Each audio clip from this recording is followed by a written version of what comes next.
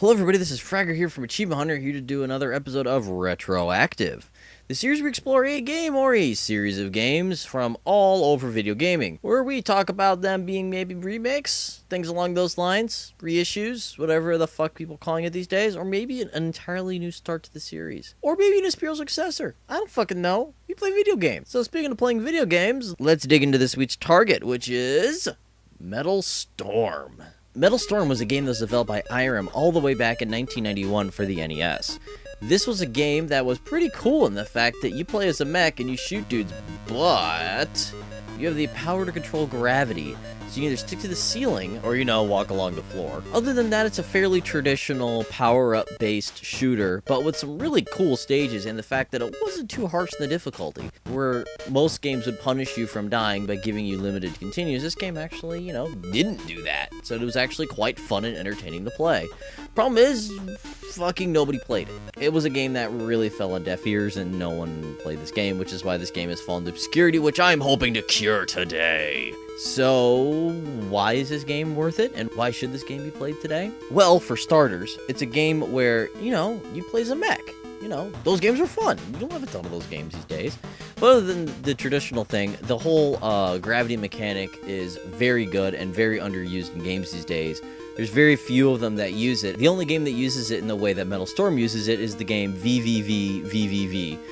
And that game only has it for platforming elements, whereas this game also uses it in combat elements too. You actually also fight bosses using your gravity shift, which is pretty damn cool. This game also has a pretty awesome set of bosses and a few really neat stages, like a level where you're entirely in a box and you have to dodge things, which is pretty well done. I actually quite enjoy that. This again has a ton of power-ups. But the thing that's really cool is you can only have one of them at a time, like a power-up to your gun, one that allows you to be invulnerable when shifting gravity to the ceiling and to the floor, and one that gives you a shield, which also destroys smaller enemies. That's quite nice. You have to choose between those three, and there's some levels where you really have to have one for a little while, then you have to switch to another to defeat a boss easier. You've also got an ability that clears enemies off the screen, and you've also got one that gives you an extra hit, because it's one of those games that one hit and you're dead. But I mean, all in all, it's a very fun little game. You can easily pick it up and play it, just have quite a bit of fun. It's not too frustrating, specifically with the continuing aspect. And I guess this is, since there's not really that much else to talk about, I mean, it's an NES game. It's like 7 levels long. There's not much to fucking do in this. But it's a lot of fun. That's really where it shines. What I'd like to see from this game in the future is I would love to see this game either remade in HD, kind of like the way R-Type was done by IRM.